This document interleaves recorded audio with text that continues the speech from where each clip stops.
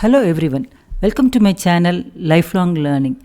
Learn Excel in தமிழ்ங்கிற சீரீஸில் நம்ம XL ஆட்-இன் data analysis டூல்பேக் பார்த்துட்டு வரோம். இன்றைக்கி நம்ம பார்க்க போகிற டூல் வந்து காரலேஷன் அனாலிசிஸ் டூல்பேக். இதுக்கு முன்னாடி ஒரு வீடியோவில் சொல்லியிருக்கிறோம். நம்ம அதை பார்க்காதவங்களுக்கான ஒரு சின்ன ரீகேப்பு.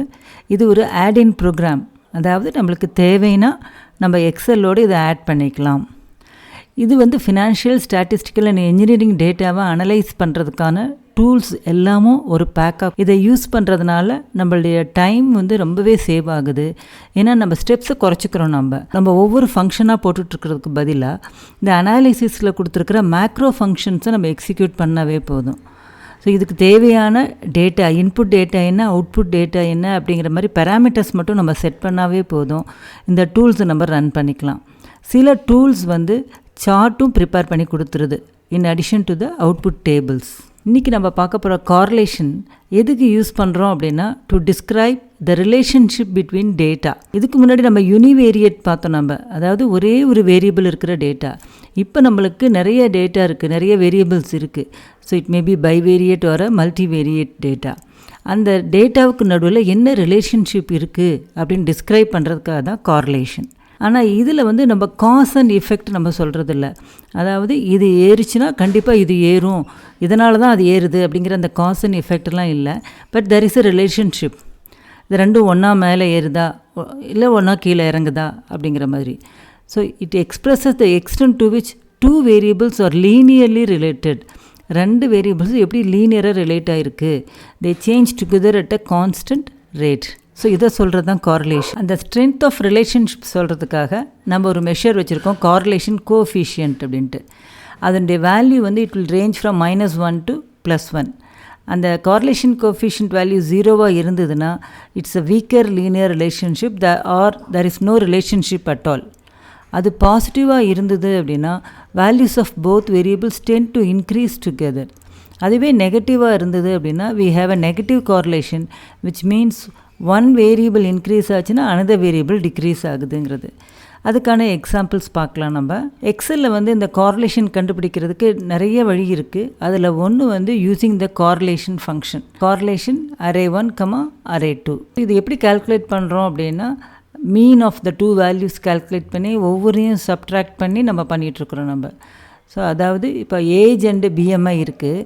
இப்போ இதுலேருந்து correlation coefficient what is the relationship between age and BMI calculate பண்ணணும் அப்படின்னா, முதல்ல இதுக்கான ஆவரேஜ் கண்டுபிடிக்கிறோம், இதுக்கு ஆவரேஜ் கண்டுபிடிக்கிறோம். அப்புறம் ஒவ்வொரு டேட்டாவையும் அந்த ஆவரேஜிலேருந்து சப்ட்ராக்ட் பண்ணி இந்த மாதிரி கால்குலேட் பண்ணணும். ஸோ அதுக்கு பதிலாக we can easily use this function correlation of this array, this array அப்படின்னு பார்க்கும்போது நம்மளுக்கு அந்த கார்லேஷன் கோஎஃபிஷியன்ட் வேல்யூ நம்மளுக்கு கிடச்சிரும். இந்த கார்லேஷன் ஃபங்க்ஷனில் சப்போஸ் அந்த செல்ஸில் டெக்ஸ்ட்டோ லாஜிக்கல் வேல்யூவோ எம்டியாக இருந்தது அப்படின்னா இட் வில் பி இக்னோர்ட். ஆனால் 0 வேல்யூ இருந்ததுன்னா it will be considered for calculation.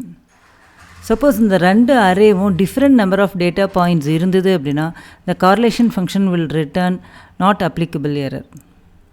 அதே போல் it will give a divide by 0 error. எப்போனா இந்த ரெண்டு அரேயில் ஏதாவது ஒன்று எம்டியாக இருக்குது, இல்லை the standard deviation of their values வந்து equal to 0. We have another function called Pearson function. இப்போ ரெண்டுக்கும் என்ன டிஃப்ரென்ஸ் அப்படின்னா, தே மீன் த சேம். ஆனால் என்னென்னா எக்ஸல் 2003க்கு முன்னாடி இருக்கிற வேர்ஷனில் இந்த பியர்சன் ஃபங்க்ஷன் வந்து சம் ரவுண்டிங் எரர்ஸை கொடுத்துட்டு இருந்தது. அதனால் if you are using earlier version of Excel அப்படின்னா you can use the correlation function.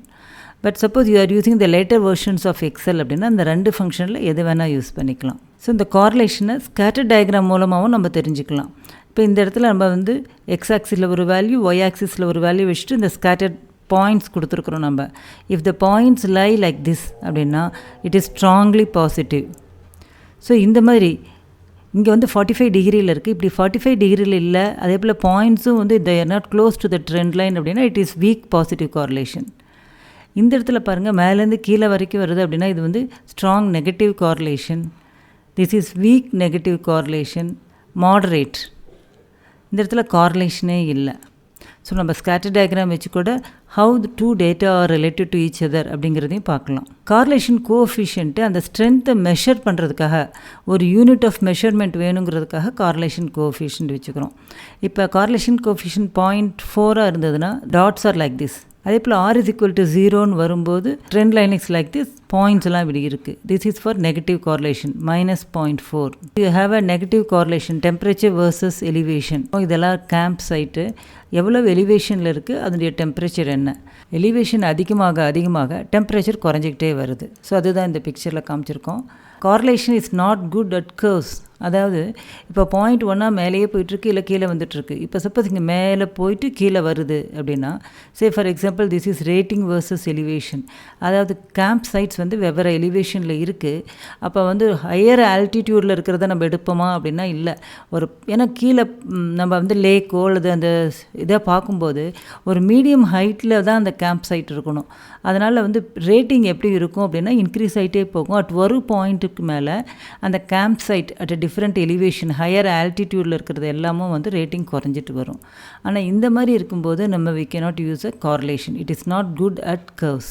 Correlation is not causation. அப்படின்னா என்னென்னா, சன்கிளாஸஸ் எவ்வளோ சேல்ஸ் ஆகிருக்கு, ஐஸ்கிரீம்ஸ் எவ்வளோ சேல்ஸ் ஆகிருக்குன்னு பார்க்கும்போது there is a positive correlation. ஆனால் சன்கிளாஸ் சேல்ஸ் ஆனதுனால ஐஸ்கிரீம் சேல்ஸ் ஆகிருக்கு அப்படின்னு நம்ம சொல்ல முடியாது. இது தனியான ஒரு ஈவெண்ட்டு, இது தனியான ஈவெண்ட். இது ரெண்டுமே மேலே போயிட்டுருக்குங்கிறது மட்டும்தான் கார்லேஷன் சொல்லிகிட்ருக்கு. இதனால் இது வந்தது, இல்லை இதனால் இது வந்ததுங்கிறதெல்லாம் இல்லை. ஸோ இது சம் டேட்டா. இதுக்குள்ளே எப்படி ரிலேஷன்ஷிப் இருக்குங்கிறத பார்க்குறதுக்காக நம்ம முதல்ல வந்து சார்ட் யூஸ் பண்ணிக்கலாம். இன்சர்ட்டில் போயிட்டு I am giving a line chart. So இந்த சார்ட் பார்க்கும்போதே நம்மளுக்கு தெரியும், இந்த ரெண்டு டேட்டாவும், அதாவது A data and C data, இது இன்க்ரீஸ் ஆகும்போது இதுவும் இன்க்ரீஸ் ஆகுது, இங்கே வந்து சேஞ்ச் ஆகும்போது இங்கேயும் சேஞ்ச் ஆகிட்டுருக்கு. ஆனால் பிக்கும் இந்த ரெண்டு டேட்டாவுக்கும் ரிலேஷன்ஷிப்பே இல்லை. ஸோ இந்த மாதிரி சம் டேட்டா ரிலேட்டடாக இருக்கா இல்லையான்னு பார்க்குறதுக்காக தான் நம்ம we are going for a correlation. அதில் சார்ட் 2ல் பார்க்கலாம், இன்சர்ட்டு லைன் சார்ட். இப்போ இது பார்த்திங்கன்னா இட் இஸ் பாசிட்டிவ்லி கார்லேட்டட். இப்போ இதே இந்த டேட்டாவை நம்ம எடுத்துக்கலாம். இந்த இடத்துல பார்த்தீங்க அப்படின்னா தே ஆர் நெகட்டிவ்லி கார்லேட்டட். ஒன்று மேலே ஏறும்போது இன்னொன்று கீழே இறங்குது. ஸோ இப்போ நம்ம ஆக்சுவல் எக்ஸாம்பிள்ஸ்க்கு போகலாம். ஏஜ், பிஎம்ஐ இது எப்படி ஒன்றோடு ஒன்று ரிலேட்டடாக இருக்குது அப்படின்னு பார்க்குறதுக்கு we can also give a correlation function is equal to CORREL first set of data, second set of data. பார்த்தீங்கன்னா 0.48. ஸோ இது பாசிட்டிவாக இருக்குது, மாடரேட்லி கார்லேட்டட். இப்போ இதை நம்ம ஸ்கேட்டர் டயக்ராம் கூட போட்டு பார்க்கலாம். நம்ம இன்சர்ட்டு, ஸ்கேட்டர் சார்ட்டு, எக்ஸாக்சிஸை சேஞ்ச் பண்ணி பார்க்கலாம். இங்கே வந்து பார்த்திங்கன்னா நம்மளுக்கு 22லேருந்து ஆரம்பிச்சிருக்கு. அதனால் நம்ம மினிமம் வந்து 22 வச்சுக்கலாம், ஆர் 20. It is 5. ஒய் ஆக்சிஸையும் சேஞ்ச் பண்ணிக்கலாம். நம்ம ஃபார்மட் ஆக்சிஸ் போகிறோம். ஒய் ஆக்சிஸ்லேயும் மினிமம் வேல்யூ வந்து நம்மளுக்கு 15லேருந்து ஆரம்பிக்கலாம். ஸோ இது இந்த இடத்துல நம்மளுக்கு பிஎம்ஐ இருக்குது. இது ஸ்ட்ரென்த் அப்படின்னு பார்க்குறதுக்காக தான் நம்ம கார்லேஷன் கோஎஃபிஷியன்ட் போயிருக்கிறோம். நம்ம இப்போ இந்த ரெண்டு செட் ஆஃப் டேட்டா இருக்குது அப்படிங்கும்போது you can use is correlation function. Suppose you have got 3 sets of data. இந்த இடத்துல தான் X variable, these are all the different types of variables. அப்போ இந்த கிளாஸ் அட்டண்டன்ஸ்க்கும் இந்த மார்க்ஸ் இன் ஸ்போர்ட்ஸ், ஃபிசிக்ஸ், மேக்ஸுக்கும் ஏதாவது ரிலேஷன்ஷிப் இருக்கா அப்படின்னு பார்க்குறதுக்கு நம்ம என்ன பண்ணணும் அப்படின்னா we have to go for the data analysis toolpak. So டேட்டாவுக்குள்ளே டேட்டா அனாலிசிஸ் டூல்பேக்கு கார்லேஷன் செலக்ட் பண்ணிக்கிறோம். நம்ம input range, I am selecting this whole range. the data is grouped by column. ஏன்னா குரூப் காலம் வை தான் நம்ம குரூப் பண்ணியிருக்கிறோம். நம்ம columns labels in the first row and then output range வந்து F1 கொடுத்துருக்கோம். I am giving OK. Class attendance and class அட்டண்டன்ஸ்க்கு correlation 1 obviously. அதே போல் ஸ்போர்ட்ஸு, ஃபிசிக்ஸ். இப்போ இந்த டயக்னல் பார்த்திங்கன்னா எல்லாமும் 1ஆக தான் இருக்குது. இப்போ ஸ்போர்ட்ஸுக்கும் கிளாஸ் அட்டண்டன்ஸ்க்கு பார்த்திங்கன்னா இட் இஸ் நெகட்டிவ்லி கார்லேட்டட். அவங்க கிளாஸில் வந்து உட்காந்துருக்கிறதுக்கு பதிலாக ஸ்போர்ட்ஸ்க்கு போயிருக்காங்க.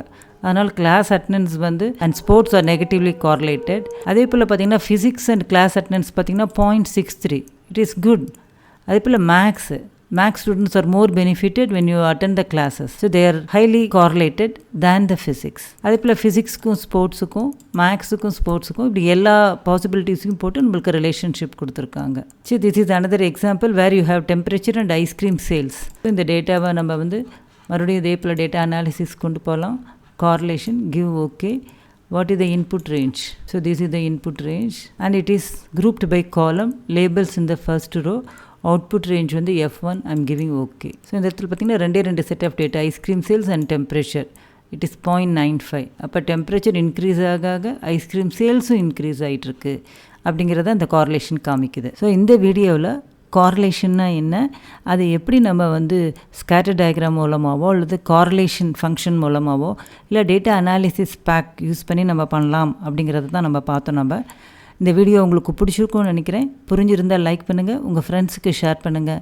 ஃபஸ்ட் டைம் இந்த சேனலுக்குள்ளே வந்திருக்கீங்கன்னா மறக்காமல் சப்ஸ்கிரைப் பண்ணி பெல் ஐக்கானை கிளிக் பண்ணுங்கள். அப்போ தான் ஃபர்தர் வீடியோஸோட நோட்டிஃபிகேஷன் உங்களை தேடி வரும். தேங்க்யூ ஃபார் வாட்சிங்.